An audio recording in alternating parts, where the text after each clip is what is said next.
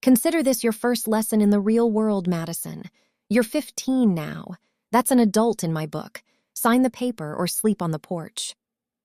My father, Richard Thorne, did not look up from the mahogany desk as he spoke these words, his voice as cold and clinical as the air conditioning humming through our 5-bedroom colonial in Greenwich, Connecticut.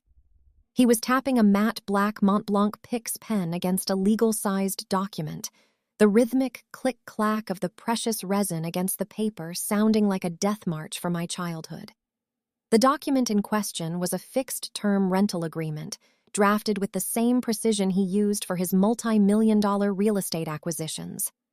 It stipulated that as of my 15th birthday, I was responsible for $250 a month in room and board, plus a 15% share of the utility bills, due on the first of every month without a grace period. My name is Madison Thorne. I am 29 years old now, and I work as a senior forensic auditor specializing in high-stakes corporate embezzlement. I spend my days unearthing the hidden greed of men exactly like my father, tracing the digital breadcrumbs of people who think they are too smart to be caught.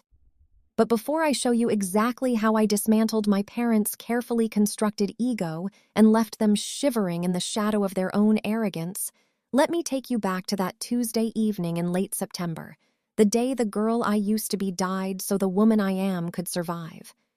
The air in my father's home office smelled of expensive cedarwood tobacco and the leather of his $3,000 Eames lounge chair. I stood there in my pleated school uniform, my backpack still heavy with 10th grade biology textbooks, feeling the weight of the world shifting beneath my feet. My mother, Evelyn, stood by the floor-to-ceiling window, her back to me, meticulously adjusting the silk drapes. She didn't turn around. She didn't offer a word of protest. In the Thorne household, silence was the currency of survival, and she was the wealthiest person I knew in that regard. Richard finally looked up, his gray eyes devoid of any fatherly warmth, reflecting only the harsh glow of his dual-monitor setup, where stock tickers ran in an endless, jagged green and red line. He pushed the Montblanc pen toward me across the leather desk pad, the silver-plated clip gleaming under the recessed LED lighting. He told me that if I wanted to eat the organic groceries she bought from Whole Foods or sleep on the Egyptian cotton sheets she laundered every Monday, I had to contribute. He called it a lesson in fiscal responsibility, but I knew what it really was. It was a declaration of war. He wanted to see me break, to see me beg, or to see me become a tool he could control through debt. I picked up the pen. It was heavier than I expected, balanced perfectly for a hand that signed checks, not for a hand that still had ink stains from a history quiz. I didn't cry. Even then, something inside me had already begun to calcify, turning the soft parts of my heart into something as hard and reflective as industrial diamond. I signed the contract in a neat, cursive script that I had practiced for years, the ink drying almost instantly on the heavy bond paper. That night, I didn't go to my room to study. I sat on the edge of my twin-sized bed, looking at the 2010 MacBook Pro my parents had given me for Christmas, and I realized it was the last thing they would ever give me for free. I opened a spreadsheet. I didn't know then that I was looking at my future career, but I knew I needed a plan. I calculated my expenses, $250 for rent, an estimated $40 for electricity, and perhaps another $30 for the water I used during my 7-minute showers. I needed $320 a month just to keep a roof over my head in my own home. The next afternoon, while my classmates were at soccer practice or drama club, I walked 3 miles to a small independent grocery store called Miller's Market on the outskirts of town. I lied about my age, telling the manager I was 16 and started working as a checkout clerk for $8.25 an hour. My first paycheck was for $165 after taxes. I remember staring at that slip of paper in the dim light of the bus stop, the smell of exhaust fumes and damp pavement filling my lungs. It wasn't enough. It wasn't nearly enough. To make up the difference, I started a side business at school. I was a straight-A student, so I began charging the wealthy, lazy sons of my father's associates $50 per essay. I would sit in the back of the Greenwich Library, surrounded by the scent of old paper and floor wax, typing out papers on the Great Gatsby and the Industrial Revolution until my fingers cramped. I tracked every penny in a hidden ledger I kept under a loose floorboard in my closet. Every time I handed my father a stack of $20 bills on the first of the month, he would count them slowly, his thumb flicking the corner of the bills, a smirk playing on his lips. He thought he was winning. He thought he was teaching me that I was nothing without his permission to exist in his space. What he didn't realize was that he was teaching me how to hide money. He was teaching me how to look at a balance sheet and see the lies between the numbers. By the time I was 17, I was making more than the rent he charged me. I was saving. I was hoarding. I stopped buying clothes, wearing the same 3 sweaters and 2 pairs of jeans until the hems frayed. I stopped eating lunch at the school cafeteria, opting instead for peanut butter sandwiches I made in secret at 5 a.m. before the rest of the house woke up. I became a ghost in my own home, a tenant who paid her bills on time and never spoke. My mother would occasionally leave a designer dress on my bed, a pathetic peace offering she'd bought with Richard's credit card, but I never wore them. I would take them back to the boutique for store credit, which I would then sell to girls at school for cash at a 20% discount. I was converting her guilt into my freedom, one transaction at a time. The contrast between my life and the image my parents projected was staggering. On Saturday nights, they would host lavish dinner parties for the local elite. I would see the catering vans from Lescal pull into the driveway, delivering trays of oysters on ice and Wagyu beef sliders. I would hear the clinking of Riedel wine glasses and the booming laughter of men who discussed their offshore accounts as if they were talking about the weather. Richard would brag about his latest acquisitions, his voice carrying up through the vents into my small, dark room where I sat calculating interest rates. He would tell his friends how he was raising a real-world daughter who understood the value of $1. He never mentioned that he was charging his minor child rent. He never mentioned that I was working 40 hours a week on top of my honors classes. He just wanted the credit for my resilience without ever having to acknowledge the cruelty that forged it. I remember one specific evening, the summer before my senior year. The humidity was thick, the kind of New England heat that makes the air feel like a wet blanket. The central air conditioning was humming, a sound that usually meant an extra $20 on my bill. I walked into the kitchen to get a glass of water, and I found my father standing by the sub-zero refrigerator, pouring himself a glass of 20-year-old Macallan Scotch. He looked at me, his eyes scanning my tired face and my worn-out sneakers. He asked me if I had the rent for next month, noting that the property taxes had gone up, and he might have to adjust my lease accordingly. I looked him dead in the eye and told him I had the money. I told him I always had the money. He laughed, a short, barking sound, and said that I should be grateful he was giving me such a stable environment to learn in. He had no idea that at that very moment, I had $4,000 hidden in a high-yield savings account I'd opened using a forged signature and a P.O. box. He had no idea that I was already gone. The psychological toll was a slow-acting poison. Every interaction was transactional. If I wanted to use the car to get to work, he charged me per mile based on the current IRS standard mileage rate. If I stayed in the shower longer than 10 minutes, he would knock on the door and remind me of the cost of heating the water. I began to view every human relationship through the lens of a ledger. Kindness was a debit. Service was a credit. I lost the ability to simply be a child.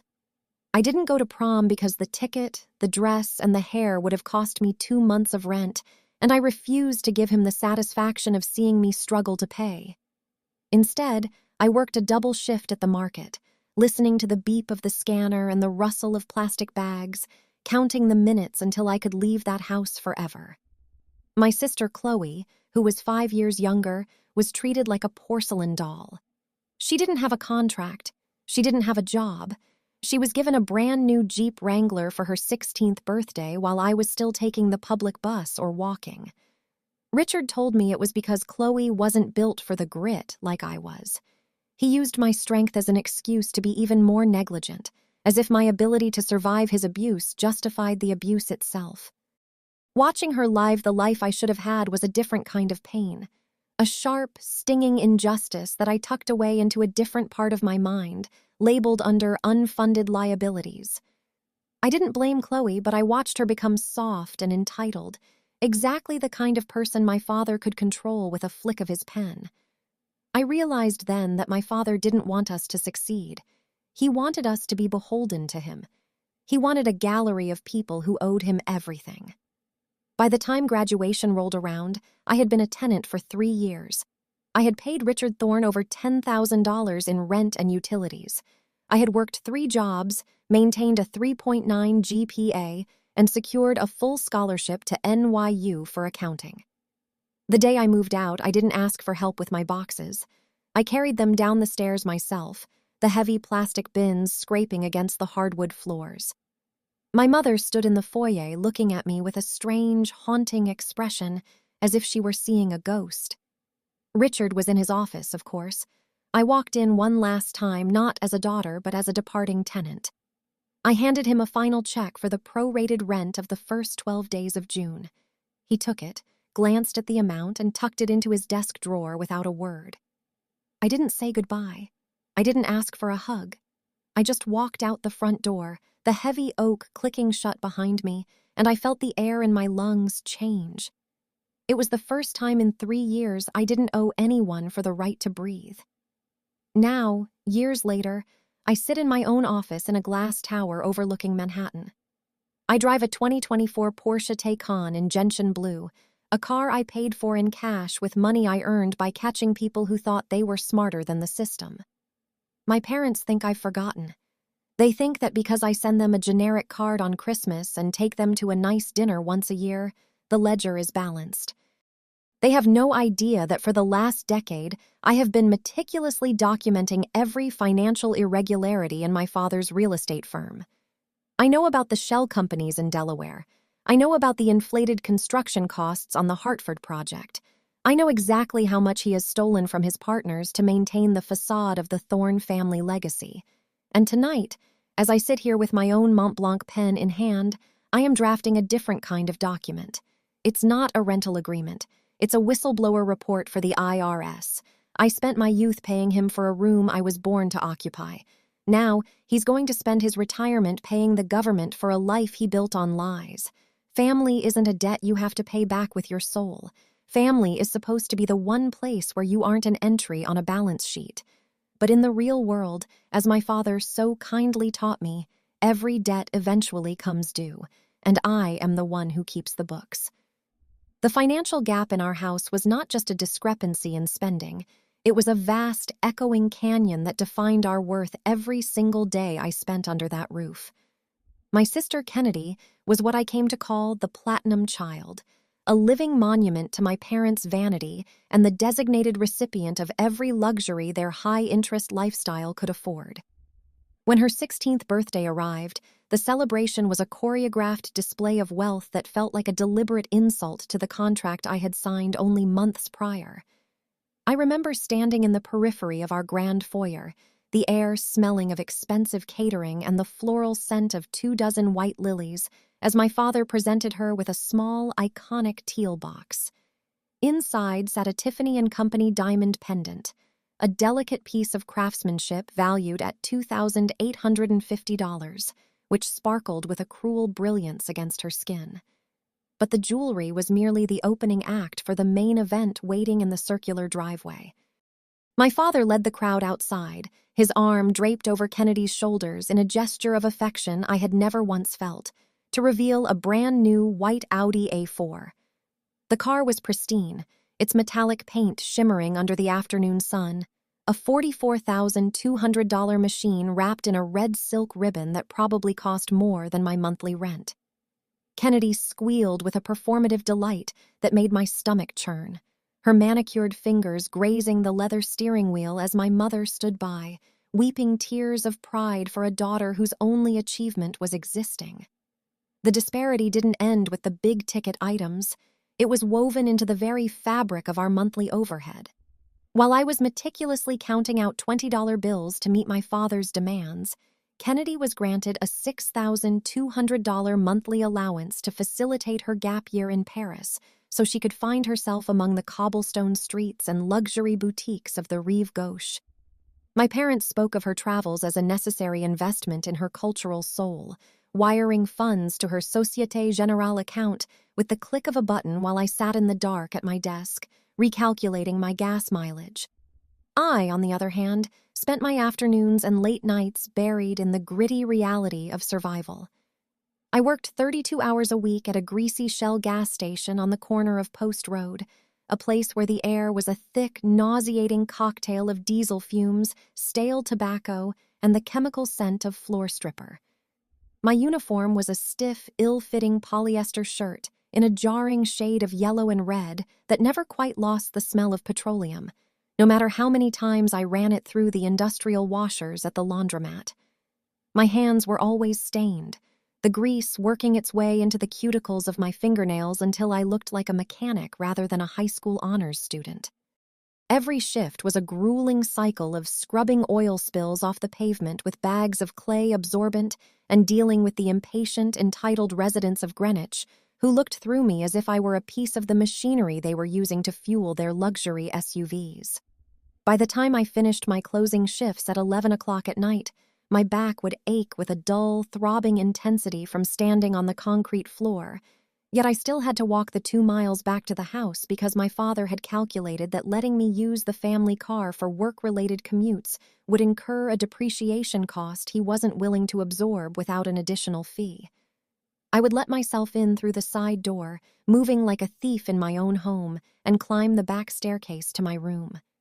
My living quarters were a stark contrast to the rest of the house's meticulously curated interior.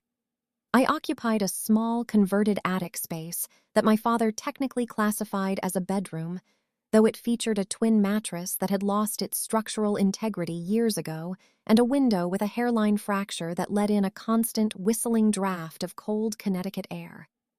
For the privilege of sleeping in this drafty box, I paid my father exactly $525 every single month, a figure he arrived at by adding a premium to the base rent for the convenience of having a private entrance. I remember the weight of the cash in my pocket as I walked into his office on the first of the month, the feeling of the greasy bills against my palm. I would lay the money out on his mahogany desk, and he would use his sterling silver letter opener to slide the bills toward him, checking for counterfeits with a cynical eye. He never asked how my day was, or if I was keeping up with my AP Calculus homework. He only asked if the utility surcharge for the winter heating months was included in the total. The emotional dissonance of that period was a suffocating weight that I carried through the halls of my high school and into the fluorescent-lit aisles of the gas station. I would watch my mother post photos on Facebook of Kennedy sitting at a cafe in Montmartre, sipping a café au lait and wearing a $3,000 Chanel handbag with captions about how blessed they were to have such a talented and adventurous daughter. Meanwhile, I was eating expired protein bars from the Shell station inventory because I had to save every cent to ensure I didn't fall behind on my payments. There was a cold, calculated cruelty in the way my father managed our household finances, a system designed to keep me in a state of perpetual debt and gratitude while Kennedy was allowed to float through life on a cloud of unearned capital. He would often hold court at the dinner table on the rare occasions I was invited to join, lecturing me on the importance of the Protestant work ethic and how he was doing me a favor by not coddling me. He would point to Kennedy's Instagram feed as a symbol of what could be achieved with the right attitude, conveniently ignoring the fact that her lifestyle was a direct transfer of his own wealth. I stayed silent, my jaw clenched so tight it often clicked as I focused on the long game I was playing. I was a senior forensic auditor in the making even then, though I didn't have the title yet. I was learning to track every movement of money, to understand the leverage that capital provided, and to recognize the exact moment when a person's greed would become their undoing. The injustice was a fire that I kept hidden behind a mask of cold, professional compliance. I didn't want their pity, and I certainly didn't want their charity. I wanted a receipt for every indignity they forced upon me. I began to keep a secondary ledger, a digital one encrypted on a thumb drive that I wore on a string around my neck. In it, I recorded every dollar I paid them, every hour I worked, and every instance where my father used company resources from Thorne Real Estate to pay for personal expenses related to Kennedy's lifestyle.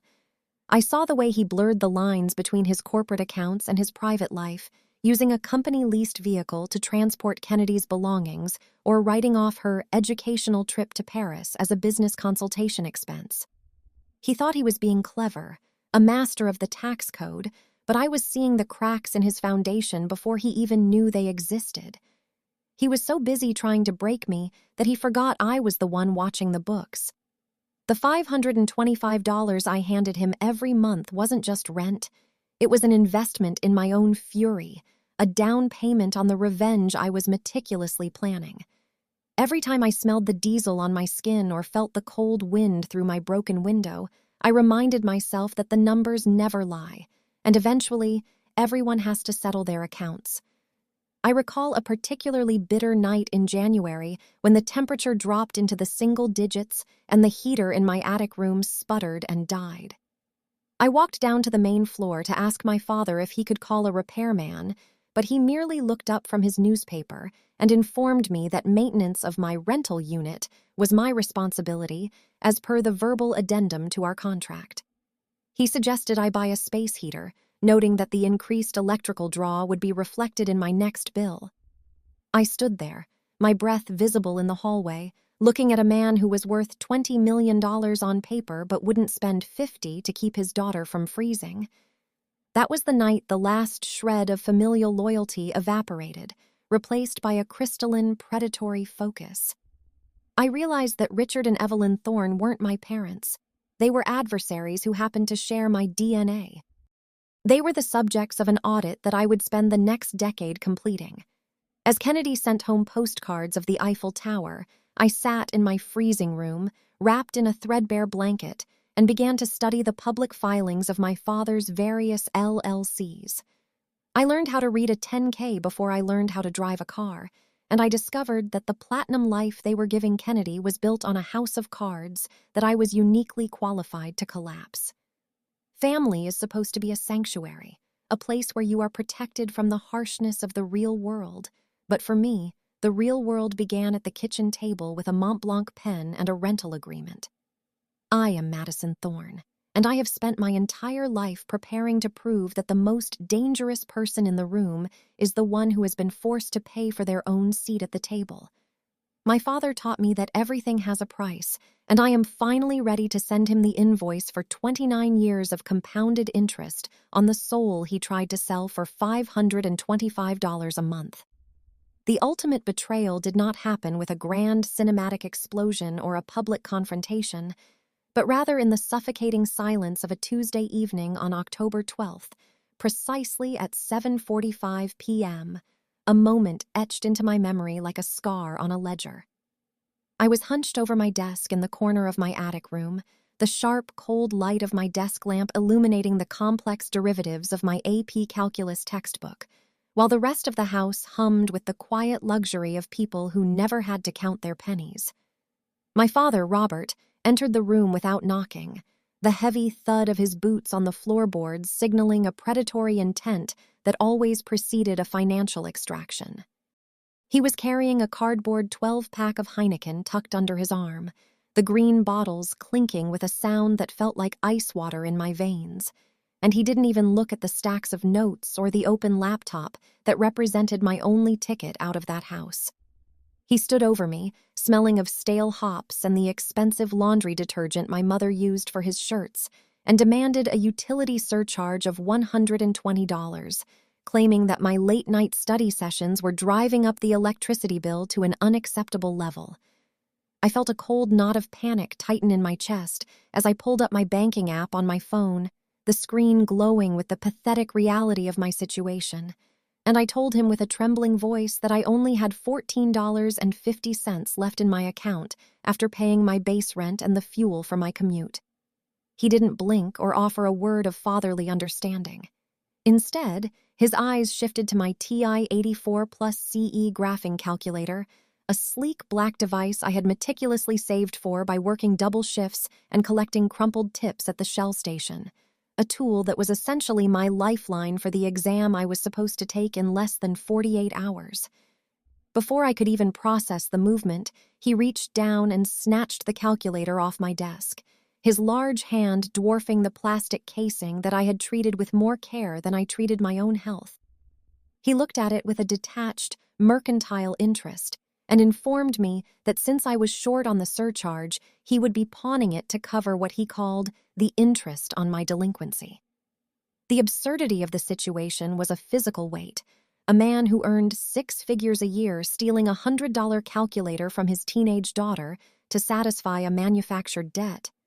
Yet the cruelty was the point, a constant reminder that nothing I owned was truly mine as long as I lived under his roof. I followed him down the stairs, my voice cracking as I pleaded with him to give it back, explaining that I couldn't pass the exam without the programmed functions we had spent weeks learning. But he ignored me with the practiced indifference of a landlord evicting a tenant who had outlived their usefulness. As we reached the main floor, I saw my mother, Evelyn, lounging on the Italian leather sofa in the living room, the glow of her 12.9-inch iPad Pro reflecting in her designer glasses as she scrolled through the Nordstrom website, her finger rhythmically tapping on silk blouses and leather boots that cost more than my entire monthly earnings. I cried out to her, begging her to stop him, to tell him that this was too much. But she didn't even lift her gaze from the screen, her only response being a faint, annoyed sigh as she adjusted the volume on her noise-canceling headphones. She was perfectly content to let the wolves at the door eat her own child as long as her shopping cart remained full and her lifestyle remained undisturbed by the friction of my suffering. I watched as Robert walked into the garage, the heavy door of his 2024 Chevrolet Tahoe High Country clicking shut with a finality that felt like the lid of a coffin, leaving me standing in the foyer of a $5 million home with $14 in my pocket and no way to complete my education. The injustice of that night was a turning point, a moment where the last vestiges of my childhood naivety were stripped away to reveal a cold, analytical core that would eventually become my greatest professional asset. I realized then that my parents were not a safety net but a trap, a pair of financial vampires who viewed my existence as a resource to be harvested rather than a life to be nurtured. I went back up to my room, the darkness now feeling like a shroud, and I sat on my twin mattress with the broken springs, staring at the empty spot on my desk where my calculator had been. I didn't cry because tears were a luxury I could no longer afford.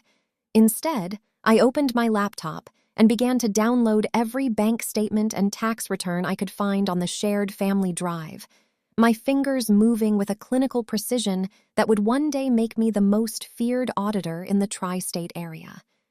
I spent the rest of that night teaching myself how to do the calculus manually, the long strings of numbers and symbols filling page after page of cheap notebook paper as the wind whistled through the crack in my window. The contrast between the Heineken bottles hitting the recycling bin downstairs and the silence of my mother's digital consumption created a symphony of neglect that underscored every decision I made from that moment forward. I knew that Robert wouldn't actually pawn the calculator for the money. He didn't need the $100, he just needed to exert the power of the creditor over the debtor, to prove that he could reach into my life and take whatever he wanted. It was a demonstration of absolute ownership, a psychological tactic designed to keep me small and subservient. But it had the opposite effect. It taught me the value of leverage, the importance of keeping your most valuable assets hidden, and the absolute necessity of having an exit strategy that your opponent never sees coming. I looked at the Nordstrom tab on my mother's iPad in my mind's eye, and I saw not just clothes, but the evidence of a woman who had traded her soul for a line of credit, a person who was just as much a prisoner of Robert's ego as I was, though her cage was lined with cashmere. I vowed that I would never be the one scrolling through a screen while someone else suffered in the next room, and I would never again be in a position where $14.50 was all that stood between me and total vulnerability. By the time the sun began to rise on Wednesday morning, the October light filtering through the Connecticut trees in shades of bruised purple and gold, I had already formulated the first stage of my long-term audit. I recognized that Robert's obsession with documentation and contracts was his greatest weakness because it meant he was leaving a paper trail of his own greed. Every rental agreement he forced me to sign, every utility surcharge he handwritten on a yellow legal pad, and every threatening text message about interest rates was a piece of evidence that I would store away in a vault he didn't know existed.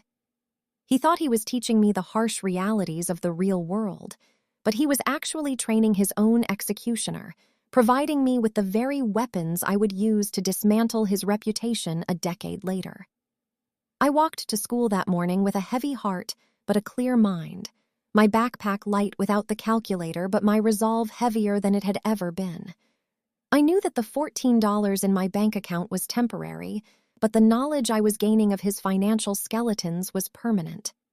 The betrayal event was the spark that turned my resentment into a calculated mission, a day when the daughter was replaced by the auditor and the home was replaced by a crime scene.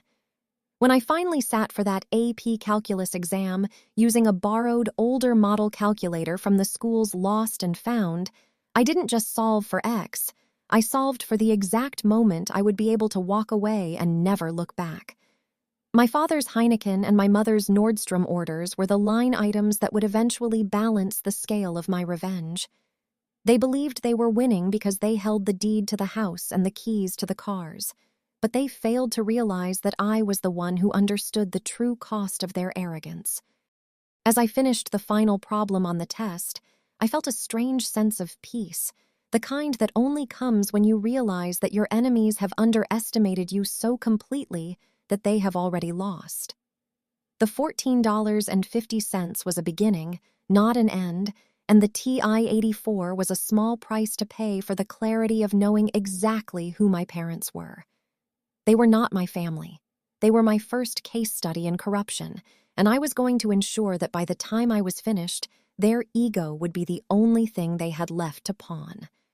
I eventually found the calculator 2 weeks later, tossed in the bottom of a kitchen junk drawer next to some rusted batteries and old menus, Robert having forgotten about his pawnshop threat as soon as the power trip had subsided. He didn't even remember taking it, which was perhaps the cruelest part of all, that my desperation and panic had been nothing more than a momentary diversion for him. I picked it up, wiped the dust off the screen, and placed it back in my bag, but I never used it in front of him again. I let him believe I was struggling, let him believe his lesson had broken my spirit, while I continued to build my digital fortress in the shadows. Every time he cracked open a green bottle of Heineken, or every time my mother bragged about a new purchase from Nordstrom, I added a new entry to my ledger, a new data point in the story of a family that valued transactions over transformation. That Tuesday in October wasn't just about a utility bill. It was about the realization that the people who gave you life can also be the ones who try to take it away from you, one surcharge at a time, and that the only way to truly survive is to become the one who eventually audits the soul of the house. The silence of the house at 2:14 in the morning was not a peaceful one, but rather a heavy, pressurized void that felt like the interior of a deep-sea bell. I sat cross-legged on the cold, splintering hardwood floor of my attic room, the only light coming from the singular glowing screen of my 2010 MacBook Pro, which cast a ghostly, flickering blue hue over the scene of my financial desperation. In front of me sat a heavy Starbucks glass jar, the kind originally meant for iced coffee but now serving as a transparent sarcophagus for the meager remains of my dignity. I tipped the jar over, and the sound of falling metal echoed through the rafters like a landslide of small, worthless boulders as I began to sort the copper and nickel into neat, pathetic rows of 10. There was something deeply humiliating about being a 19-year-old university student, working 3 jobs, and still finding herself reduced to counting quarters to ensure she could pay the next month's utility surcharge to her own father. My fingers, still smelling faintly of the lemon-scented industrial degreaser from my shift at the Shell station, moved with a robotic precision as I tallied the total, $28.65 in loose change. I stared at the coins, and suddenly, the math of my life began to expand in my mind, the numbers growing until they took up every inch of the room.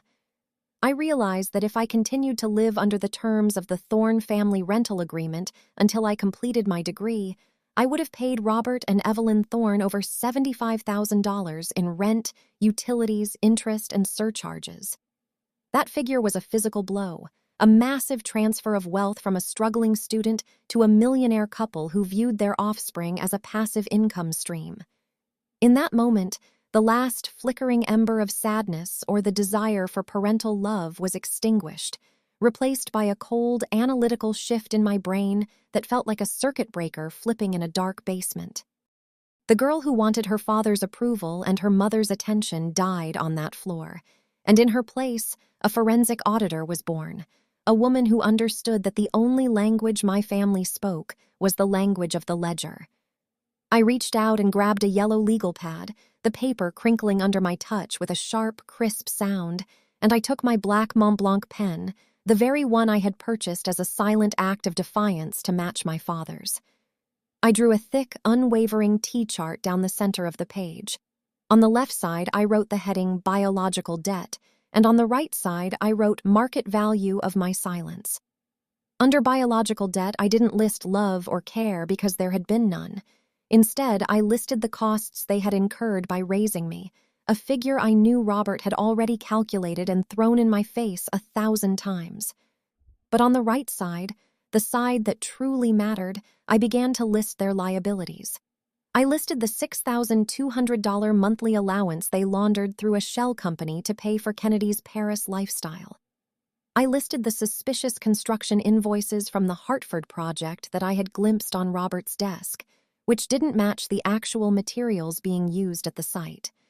I listed the $525 of my own blood-stained money that went into my father's pocket every month without being reported as rental income to the IRS. The decision was made with a clarity that was almost terrifying. I wasn't a daughter anymore, a word that implies a bond of the heart and a duty of the blood.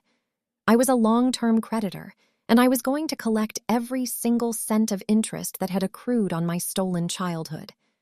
I sat there for hours, the yellow legal pad filling up with the architecture of my revenge, a plan that would take years to execute but would be flawless in its mathematical inevitability. I looked at the T-chart and saw that my parents were technically insolvent. They were rich in assets, yes, but they were morally bankrupt, and their entire empire of ego was built on the shaky foundation of my forced compliance. By accepting my rent checks, my father had changed our relationship from familial to commercial, and in the commercial world, once you breach a contract, you lose everything. I realized that my silence was the only thing keeping the Thorne name from becoming a punchline in the Greenwich Country Club, and I decided that my silence was no longer for sale at the price of a drafty attic room. I was going to treat every interaction with them from this point forward as a discovery phase of a massive litigation. Every holiday dinner, every birthday card, and every scripted conversation was just more data for the file I was building in the encrypted depths of my hard drive. The coldness that settled over me was a protective armor, a way to navigate the next 3 years of university without breaking under the weight of their continued cruelty. When Robert would knock on my door the following week to demand his pound of flesh, I wouldn't plead or cry or explain that I was hungry. I would simply hand him the money with a blank expression, knowing that with every payment I was buying another piece of his future. I began to view the Shell station shifts not as a burden, but as a training ground where I learned to observe the world without being seen, to catalog the habits of the wealthy and the desperate alike. I would wear that polyester uniform like a soldier wears a camouflaged suit, blending into the background of a world that ignored me while I gathered the intel I needed to destroy the people who gave me a name only to charge me for it. I thought about Kennedy in Paris, probably sitting at a bistro with a view of the Seine, unaware that her luxury was the collateral I would eventually seize. My parents thought they were teaching me the value of $1, but they were actually teaching me the price of a soul, and they had vastly underestimated what mine was worth. As the clock ticked toward 4 a.m, the yellow legal pad was nearly full, a roadmap of financial destruction that started with a 15-year-old's rental contract and ended with an IRS whistleblower reward. I didn't feel like a victim anymore. I felt like a predator.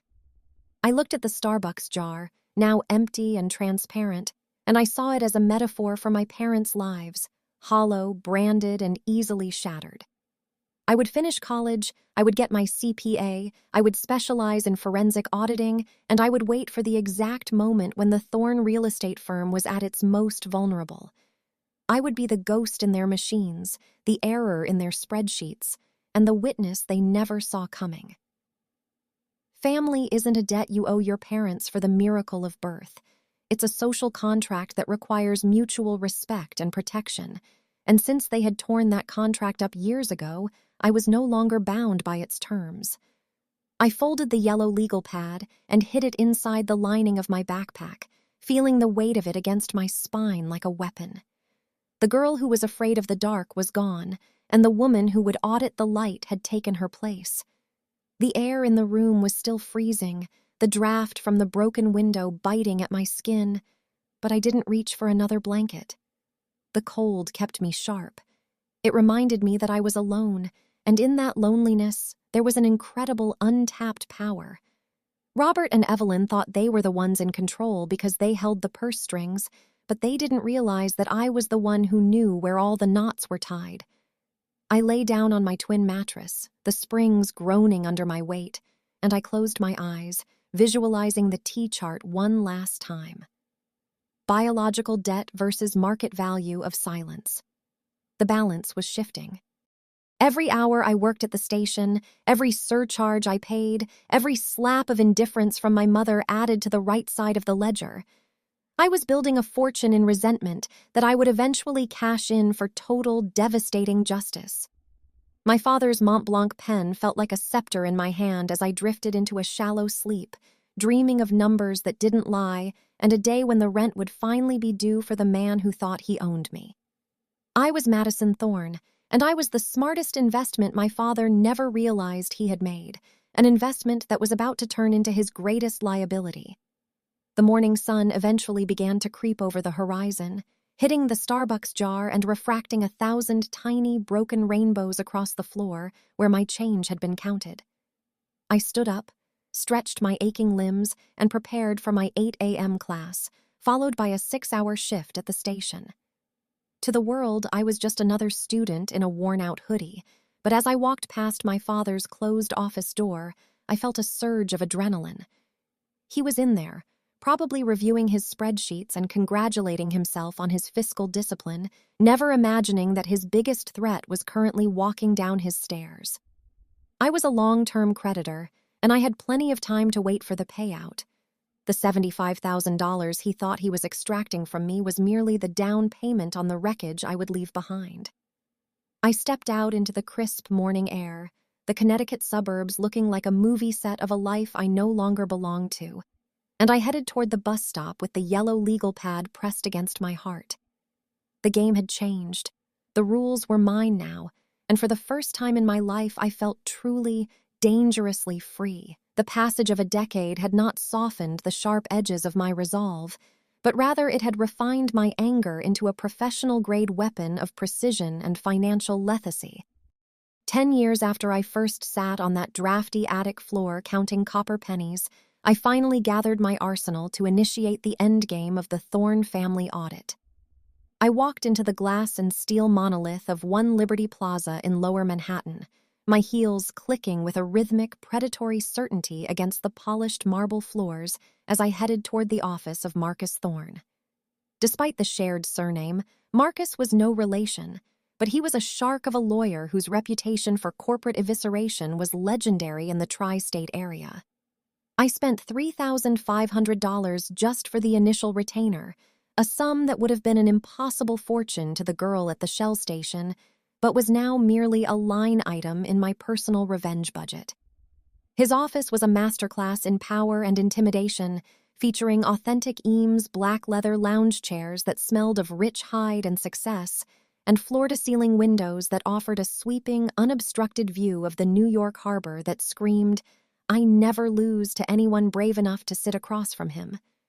We spent several months in that pressurized environment, fueled by overpriced espresso and the cold glow of multiple monitors, meticulously compiling what I had dubbed the Vance audit, a comprehensive dossier of every financial and moral transgression my father had committed since the day he handed me that first rental contract. I arrived at our final strategy meeting with a heavy, encrypted hard drive that contained a decade of meticulously harvested data, a digital ghost of my father's greed that he never suspected was being recorded. I had every single Western Union receipt from the years I was forced to wire him utility surcharges while I was away at university, each one a paper trail of a father charging his daughter interest on the cost of her own existence. More importantly, I had the crown jewel of my collection, the master Excel 2012 file that Robert kept on his private home server. He thought he was secure because he never connected that machine to the internet, but he had underestimated the girl who spent her teenage years cleaning his office. I had secretly backed up that entire directory onto a bootable thumb drive during a Thanksgiving break years ago. That file contained his handwritten rent logs, a cold and clinical accounting of every dollar he had squeezed out of me, cross-referenced with his actual tax filings where that income mysteriously vanished into the ether of unreported cash. To add the necessary layer of physical evidence to the financial crimes, I presented Marcus with a series of high-resolution photographs I had taken of the black mold that had festered in the corners of my attic room for years. I had used a Nikon D3500 with a macro lens to capture the fuzzy, toxic blooms spreading behind the wallpaper, each photo meticulously time-stamped and geolocated to prove that while Richard Thorne was living in a $5 million mansion, his tenant daughter was breathing in spores that could have caused permanent respiratory damage. Marcus leaned back in his Eames chair, the leather creaking under his weight as he flipped through the physical copies of the audit, his eyes narrowing with a dark sort of professional admiration. He noted that the combination of tax evasion, insurance fraud involving the Hartford project, and the documented neglect of a minor, since the rental agreement started when I was 15, created a legal pincer movement from which there was no escape. We sat in the silence of that high-altitude office, the distant hum of the city below us, and I felt a profound sense of shifting scales. For 10 years, the weight of the Thorne name had been a collar around my neck, a debt I was told I could never repay, but now the math had finally flipped in my favor. The biological debt I had written on that yellow legal pad a decade ago was now dwarfed by the massive, compounded liability of my father's arrogance. Every late-night shift at the gas station, every meal I skipped to make rent, and every freezing night in that moldy room was now a billable hour in the most expensive lawsuit of Robert Thorne's life. I wasn't just looking for a settlement. I was looking for a total liquidation of his ego, a forensic dismantling of the facade he had spent 30 years building at the expense of my soul.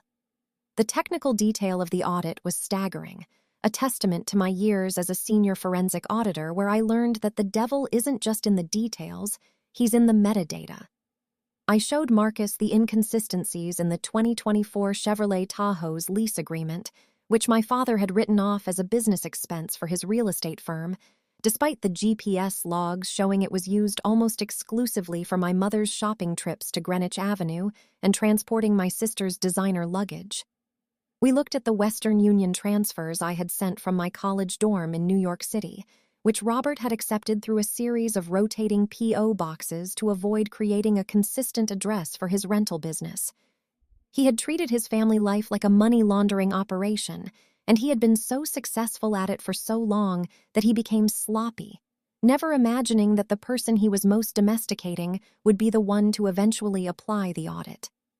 I felt a cold, sharp thrill as Marcus pointed to a specific line in the Excel file where my father had actually calculated the ROI, return on investment, of my childhood, comparing the cost of my food and schooling against the rent I was paying him. It was the ultimate proof of his sociopathic approach to fatherhood, a document that would make a jury recoil in disgust and a tax auditor salivate with predatory hunger. As we finalized the filing, Marcus asked me if I was sure I wanted to go through with it, reminding me that once we served the papers, there would be no going back to the way things were, no more hollow Christmas cards or performative family dinners. I looked out the window at the Statue of Liberty, small and bronze in the distance, and I thought about the 15-year-old girl standing in the mahogany office, being told to sign a contract or sleep on the porch. I thought about the smell of diesel on my skin and the sound of my mother's iPad clicking while I begged for my calculator back. I told Marcus that there was nothing to go back to, because a house built on the exploitation of your own children isn't a home. It's a labor camp with better landscaping. I wasn't destroying a family, I was closing out a bad account. The $3,500 I had paid Marcus was the best money I had ever spent. A final payment to ensure that I would never have to pay another cent to the man who thought he owned me. The Vance audit was complete, a 300-page testament to the fact that you can only push a person so far before they start pushing back with a calculator and a law degree. We spent the rest of the evening cross-referencing the Nikon photos with the medical records I had subpoenaed from my childhood pediatrician, showing a direct correlation between the mold in my room and the chronic bronchitis I suffered from throughout high school.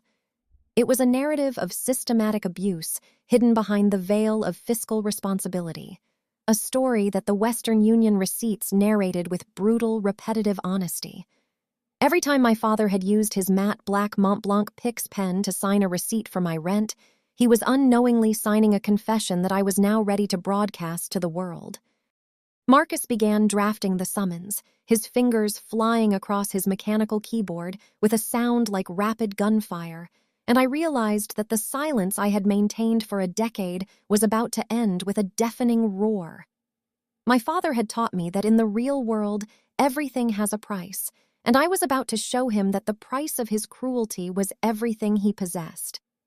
I stood up to leave, the city lights beginning to twinkle like fallen diamonds across the Manhattan grid, and I felt a lightness in my chest that I hadn't known since before my 15th birthday. The creditor had arrived, the books were balanced, and the audit of Richard Thorne was officially open for business. I walked out of One Liberty Plaza and into the cool night air, the scent of the city, a mix of roasted nuts, exhaust, and ancient stone, filling my lungs with a sense of freedom. I looked at my reflection in a darkened shop window and saw a woman who was no longer defined by the debts imposed upon her, but by the assets she had built in the dark. My parents would receive the first legal notices in 48 hours, delivered by a process server to their front door in Greenwich, right past the manicured lawn and the white Audi A4. They would open the heavy bond paper and see the T-chart I had first drawn on a yellow legal pad, now expanded into a formal legal complaint that detailed every cent, every surcharge, and every lie. They would finally understand that the girl who worked the greasy Shell station was the same woman who was now coming to take back the years they had stolen. I hailed a taxi, the yellow car pulling to the curb with a screech of brakes, and as I climbed inside, I didn't think about the cost of the fare. I just thought about the look on my father's face when he realized that the tenant had finally bought the building. The Thorne family legacy was about to face a total audit, and for the first time in my life, I was the one holding the pen. The trap was set within the suffocatingly opulent grand ballroom of the Ritz-Carlton, a space dripping with gold leaf, crystal chandeliers that vibrated with the low hum of 220 elite guests, and the cloying scent of 3,000 white roses shipped in from Ecuador. It was my parents' 35th wedding anniversary, a milestone they intended to use as a coronation for their social standing in Greenwich, and the room was a sea of black ties and silk gowns. Local CEOs, the mayor, and the most influential real estate developers in the state were all there, circulating through the room while sipping chilled Veuve Clicquot from crystal flutes and nibbling on miniature Wagyu beef sliders topped with truffle aioli. My parents, Robert and Evelyn Thorne, were positioned on the elevated stage at the front of the room, bathed in the warm, artificial glow of the spotlights as they prepared to give a speech about the enduring strength of their partnership and the legacy they had built together. I walked through the heavy gilded doors at exactly 9:30 p.m. sharp, the precise moment the music dimmed for their grand presentation. I wasn't the girl in the diesel-stained Shell uniform anymore. I was a senior forensic auditor wearing a $1,200 black velvet suit tailored to a razor edge, and I was holding a heavy manila envelope that felt like a coiled viper in my hand. I moved through the crowd with a predator's grace, my reflection caught in the endless mirrors of the ballroom, looking like an executioner dressed in silk. The atmosphere in the room was thick with the performative grace of the ultra-wealthy, a world where every smile was a transaction and every compliment was a calculated move. As I approached the stage, the guests nearest to the aisle began to murmur, their eyes scanning my sharp silhouette and the clinical coldness of my expression, which stood in stark contrast to the festive surroundings. My father was mid-sentence, waxing poetic about the importance of family values and the firm foundation of the Thorne Empire, when he saw me. I watched the color drain from his face, a slow gray recession of blood that revealed the terrified man beneath the expensive tan. My mother's hand went to the 3-strand pearl necklace at her throat, her knuckles turning white as she recognized the look in my eyes, a look she had ignored for a decade but could no longer pretend not to see. I didn't wait for an invitation to speak. I walked right up the steps of the stage, the sound of my heels on the polished wood echoing like a gavel in the sudden, expectant silence of the ballroom. I didn't feel a single pulse of hesitation. I felt the absolute icy clarity of a balance sheet that was finally being reconciled. I reached the podium and placed the manila envelope down on the mahogany surface, the weight of the Vance audit hitting the wood with a dull, heavy thud that seemed to reverberate through the entire Ritz-Carlton. I looked out at the sea of faces, at the people who had stood by while Robert Thorne charged his teenage daughter rent and ignored the toxic mold in her lungs, and then I looked directly at my father. I told the room, my voice amplified by the professional-grade audio system, that we were gathered here tonight to celebrate 35 years of a union built on the most sophisticated accounting fraud in the history of the county. I pulled the first document from the envelope, a high-resolution color print of the Excel 2012 rent log that Robert had kept so meticulously. I held it up so the cameras for the event's live stream could capture every line item, every utility surcharge, and every late fee penalty he had extracted from his minor child while he was claiming her as a full dependent on his tax returns to avoid the very brackets he was standing in tonight.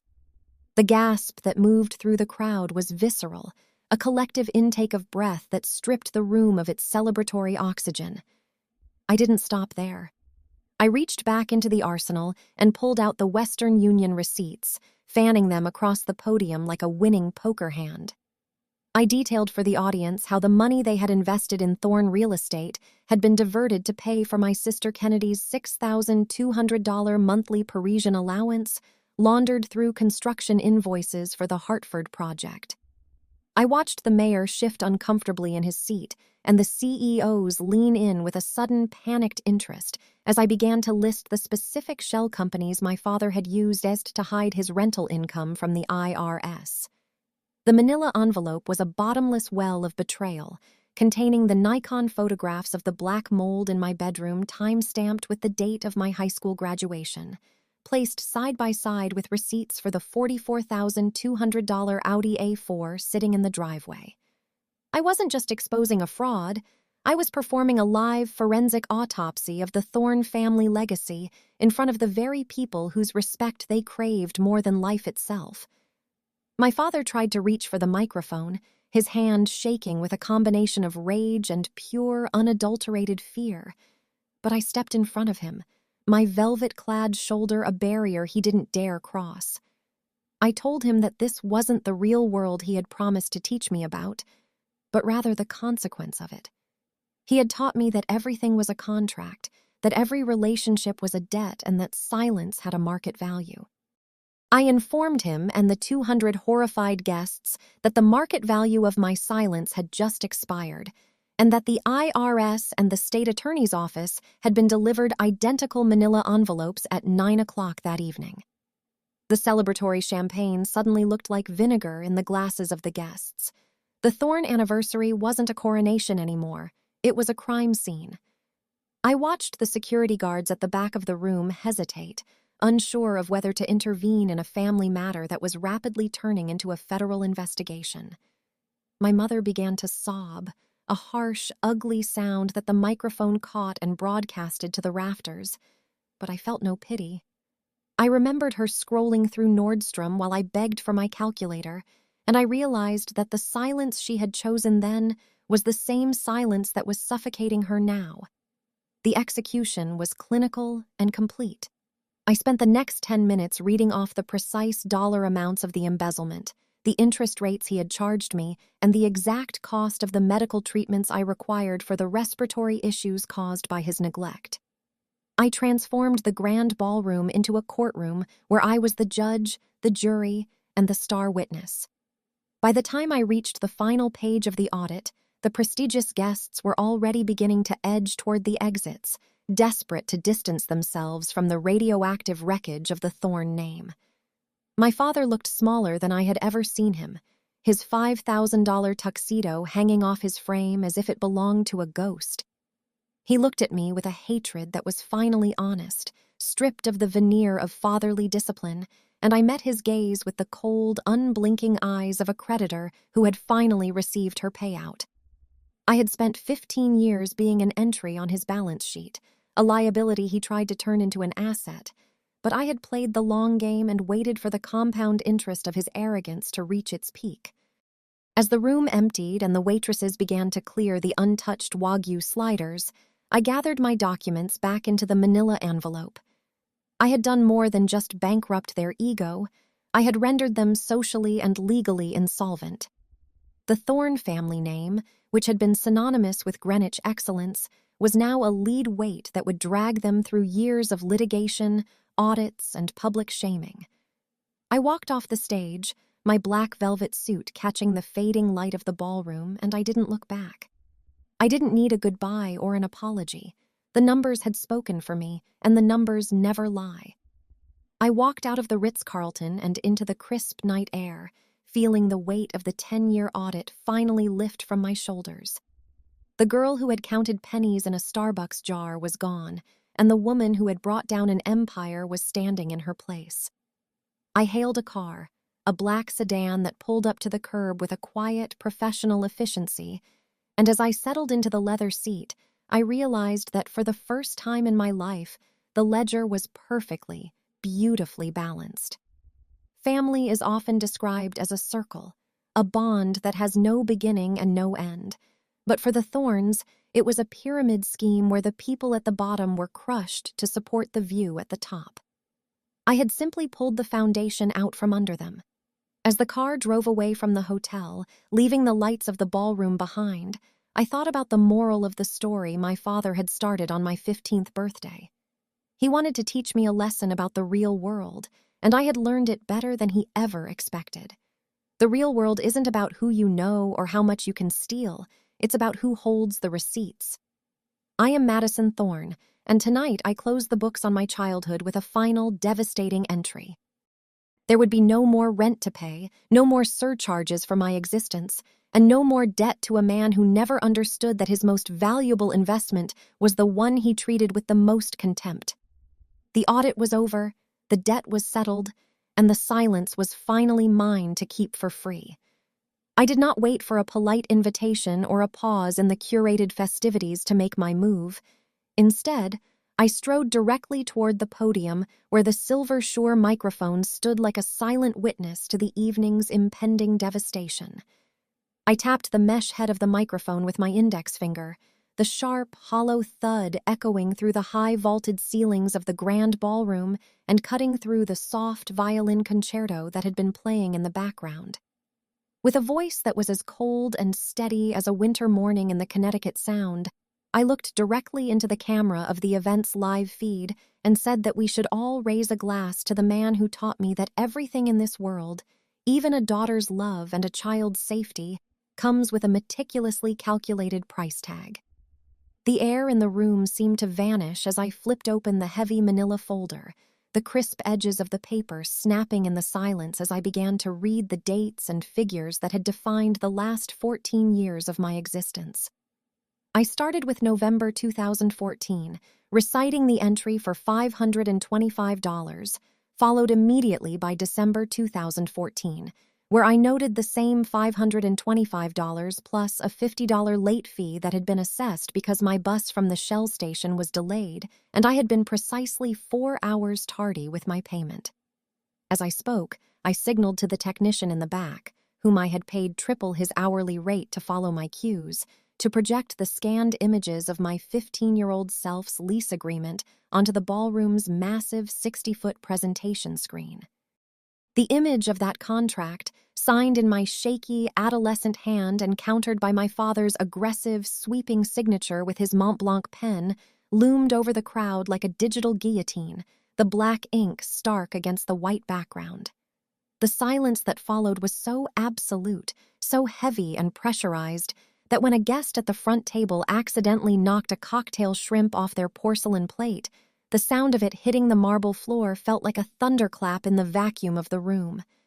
I continued to scroll through the records, showing the itemized utility surcharges for using a desk lamp to study for AP exams and the interest charges Robert had applied whenever my gas station paycheck didn't clear by noon on the first of the month. I watched as the faces of the Greenwich elite shifted from confusion to a deep, visceral revulsion, their polished facades cracking as they realized they were witnessing the systematic financial abuse of a minor under the guise of parental discipline.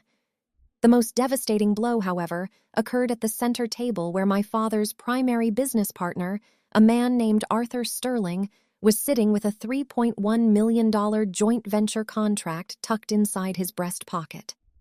Arthur stood up slowly, his face a mask of disgusted disbelief, as he looked at the screen and then back at the man he had called a friend for 20 years, and without saying a single word, he adjusted his tuxedo jacket and walked straight out of the ballroom, his departure signaling the instant collapse of my father's professional credibility. The technical specifications of the audit were now laid bare for everyone to see, from the exact serial numbers of the Western Union transfers I had sent from my college dorm to the time-stamped Nikon photographs of the black mold that Robert had refused to remediate because it wasn't a billable expense. I pointed out the specific clause in the rental agreement where my father had stipulated a $10 per day penalty for any personal items left in the common areas, a rule he had used to confiscate my school books and childhood trophies until I paid a release fee. The crowd sat frozen, their veuve clicquot warming in their hands, as I narrated the story of a man who owned $20 million in real estate but charged his daughter for the water she used to wash her uniform. I looked at Robert, who was now leaning against the velvet-draped table on the stage, his eyes darting around the room as if searching for an escape hatch that didn't exist, his carefully crafted legacy evaporating under the harsh light of the projector. He tried to speak, his mouth opening and closing like a landed fish, but the microphone was mine, and the truth had already been entered into the public record. Every line of the scanned lease was a testament to a sociopathic obsession with control, a document that treated a child not as a person to be protected, but as a tenant to be exploited for maximum yield.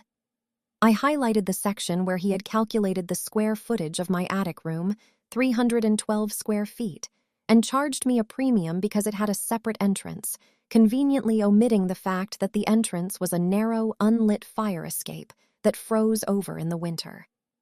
The visual evidence of my father's greed was undeniable, especially when contrasted with the images I scrolled to next, the $44,000 Audi A4 and the $6,000 monthly wires to my sister Kennedy. The sheer scale of the inequity was a physical force in the room, a canyon of injustice that no amount of anniversary toasts or floral arrangements could ever bridge.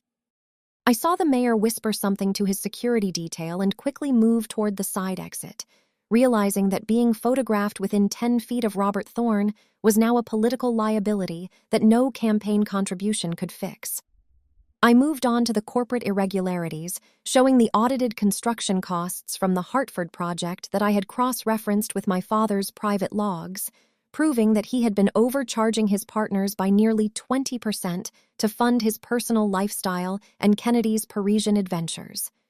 The room was no longer a celebration, it was a liquidation sale of the Thorne family's dignity. I read out the market value of my silence, a figure I had calculated on that yellow legal pad years ago, and informed the audience that the debt had finally been called in. I wasn't just taking his money or his reputation. I was taking his power, the very thing he had used to keep me in that drafty, moldy attic for years. I saw my mother, Evelyn, bury her face in her hands, her designer diamonds sparkling in the spotlight as she realized that the silence she had maintained to protect her comfort had finally become her prison. She had watched him sign those contracts, she had seen the late fees on the kitchen counter, and now she was forced to watch the world see her for exactly who she was, a silent partner in the destruction of her own daughter. As the presentation reached its final slide, a side-by-side comparison of my father's tax returns and my actual rent receipts, the remaining guests began to stand up and leave in a somber, hurried procession, the clinking of silverware against china, the only soundtrack to the death of a dynasty.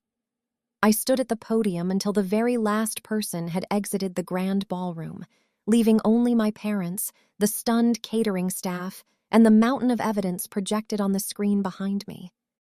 I turned off the microphone, the feedback whine a sharp, final note to the evening, and I looked at Robert Thorne. He wasn't a giant anymore. He was just an old man in an expensive suit sitting in a room full of ghosts and empty glasses. I walked down the stage steps, the heavy manila envelope empty now because the contents belonged to the world, and I felt a sense of completion that was almost spiritual in its intensity. The $3.1 million contract that Arthur Sterling had carried out of the room was just the beginning of the financial hemorrhaging that would define my father's remaining years. The weight of the silence in the ballroom was different now. It wasn't the silence of shock, but the silence of an empty grave. I had spent 15 years preparing for this audit, meticulously documenting every surcharge and every indignity, and the result was a perfect, unassailable victory of logic over cruelty. I walked toward the exit, my black velvet suit brushing against the gold leaf doors, and I didn't feel the need to say another word. I had spoken in the only language my father ever respected, the language of the bottom line. He had wanted me to learn about the real world, and tonight I had graduated at the top of my class by showing him that when you treat your family like a business, you eventually have to answer to the auditors. The Ritz-Carlton was a mausoleum of their ambition, and as I stepped out into the night, I felt the cool wind on my face and knew that for the first time in my life, I didn't owe a single soul for the air I was breathing. I hailed a taxi and watched the hotel vanish in the rearview mirror, the lights of the ballroom flickering out one by one as the staff began to shut down the most expensive disaster in the history of the Thorne name. My phone buzzed in my pocket with a notification from Marcus Thorne, my lawyer, confirming that the civil suit for the recovery of the illegally collected rent and the whistleblower reward from the IRS were already being processed. The numbers were moving, the gears of justice were turning, and the $17.50 I had once held in my hand had grown into a weapon that had leveled a $20 million empire. Family isn't about blood or names or 35th anniversaries. It's about the people who don't charge you a late fee for being 4 hours late to dinner. I am Madison Thorne, and I have finally settled the account of my life with a closing statement that no one in that room will ever forget. The price tag of my love was exactly what my father taught me it was. The total cost of his own destruction, paid in full and documented with clinical precision. I sat back in the seat of the cab, closed my eyes, and for the first time in 29 years, I let myself simply exist without checking the balance. The aftermath of the Ritz-Carlton revelation was a beautiful, calculated disaster that unfolded with the cold, mathematical certainty of a closing statement. Within 30 days of the grand ballroom event, the fallout hit my father like a physical wrecking ball, stripping away the layers of his carefully constructed identity until there was nothing left but the raw, terrified core of a man who had finally been outmaneuvered. The board of directors at his real estate firm didn't hesitate for a single second. They couldn't afford to have a documented child exploiter and tax-evading liability as the senior partner and public face of their billion-dollar enterprise, So they exercised the morality clause in his contract and severed him with a finality that was almost poetic. I watched from my office in Manhattan as the press releases went out, detailing his immediate departure for personal reasons, while in the private circles of Greenwich, the truth spread like a contagion through every country club and high-end restaurant. The financial hemorrhaging began almost immediately after Arthur Sterling walked out on that $3.1 million contract, triggering a domino effect of canceled deals and forensic audits from nervous investors who realized that if Robert Thorne could steal from his own daughter, he would certainly steal from them. The lifestyle they had built on the backs of my labor and their own lies collapsed with a speed that was breathtaking to witness. Within 6 months, they were forced to list their 4,500-square-foot colonial mansion, the house where I had scrubbed floors and paid rent for the privilege of breathing moldy air, for a price far below its market value just to satisfy the mounting legal fees and the aggressive demands of the IRS. I watched the Zillow listing from my own laptop, scrolling through the high-definition photos of the mahogany office where the Mont Blanc pen had once ruled my life, and I felt a profound sense of closure as the sold sign was hammered into the manicured lawn. They moved from that sprawling monument to ego into a cramped 2-bedroom condo in a neighborhood they would have looked down upon just a year prior, a space where the walls were thin enough to hear the neighbors and the prestige was non-existent. My mother, Evelyn, who had spent decades perfecting the art of the silent witness, finally found her voice, though only when her own comfort was at stake. She sent me a 4-page email that was a masterclass in emotional manipulation, a rambling, tear-stained document filled with words like family grace, healing, and the sanctity of the mother-daughter bond. She spoke of the 35th anniversary as if I had ruined a holy sacrament rather than exposed a crime scene, and she had the audacity to ask for a monthly stipend to help them adjust to their new reality, claiming that they had given me life, and therefore I owed them a duty of care. I sat in my penthouse overlooking the East River, the lights of the city glittering like a sea of diamonds below me, and I read every single word of her plea with a clinical detachment that would have made my father proud. I didn't feel anger, and I certainly didn't feel the grace she was begging for. I felt the satisfaction of a creditor who had finally seized the collateral. I didn't type a single word in response. Instead, I attached a PDF file to a blank reply, a new legally binding lease agreement for their current condo, which I had secretly purchased through an anonymous LLC 3 weeks prior. I listed the rent at a flat $4,000 a month, a figure that would consume nearly 80% of their remaining liquid assets, and I included a clause that stipulated an immediate eviction process for any delinquency exceeding 24 hours. I sent the email, watched the status change to delivered, and then I blocked her email address, her phone number, and every social media account associated with the Thorne name. The silence that followed was the most expensive and beautiful thing I had ever bought. I am currently sitting in a custom-made Italian leather armchair that cost more than my father's first car, slowly sipping a $250 bottle of Lagavulin 25-year-old single malt scotch. The peat and the smoke of the whiskey are a stark contrast to the smell of diesel and stale coffee that defined my youth, a sensory reminder that the audit is complete and the books are closed forever. My parents thought they were teaching me how to survive in the real world, but they inadvertently taught me how to conquer it by removing the one thing that holds most people back, the illusion that blood is thicker than justice. They treated me like a line item, and in the end I simply moved them to the column marked Discontinued Operations. There is a specific kind of peace that comes from knowing you owe nothing to the people who claimed you owed them everything. A freedom that can only be earned by walking through the fire of your own exploitation and coming out with the matches in your hand. I look at the 2024 Porsche Taycan key fob sitting on my glass coffee table, and I think about the girl who counted quarters in a Starbucks jar at 2 a.m. She is the reason I am here, and she is the only person I have any duty to honor. My father's Mont Blanc pen sits in a display case on my desk, a trophy from a war he didn't realize he was losing until the very last second. He wanted to be my landlord, so I became his, but with the added expertise of someone who knows exactly how to enforce a contract.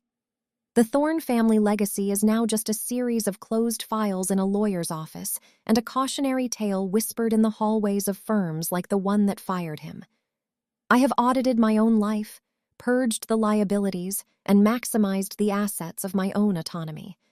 Family isn't a debt you spend your life paying off to people who didn't value you. Family is the person who sees your worth from the beginning and doesn't try to put a lien on your future. In the real world, as Robert Thorne so famously said, everything has a price, and I have finally finished paying his. I am Madison Thorne, Senior Forensic Auditor, and this account is officially settled, balanced, and closed for good. The scotch is smooth, the penthouse is quiet, and for the first time in 29 years, I don't have to check the ledger before I go to sleep. I have built a life that is entirely my own, brick by brick and dollar by dollar, and I did it using the very tools of oppression they tried to use against me. There is no more black mold, no more freezing attic rooms, and no more late fees for the crime of being a few hours tardy with my soul. I have reached the end of the script they wrote for me, and I have burned the pages, replaced them with a story of my own making where the daughter isn't a victim, but the ultimate authority. As I watch the sun begin to rise over the Manhattan skyline, casting a golden glow over the empire I've built in the silence they gave me, I realize that the most successful audit isn't the one that finds the most money, but the one that finds the most truth. My truth is that I am free, and that is a dividend that will continue to pay out for the rest of my life. The Thorne audit is over, and the creditor is finally at rest.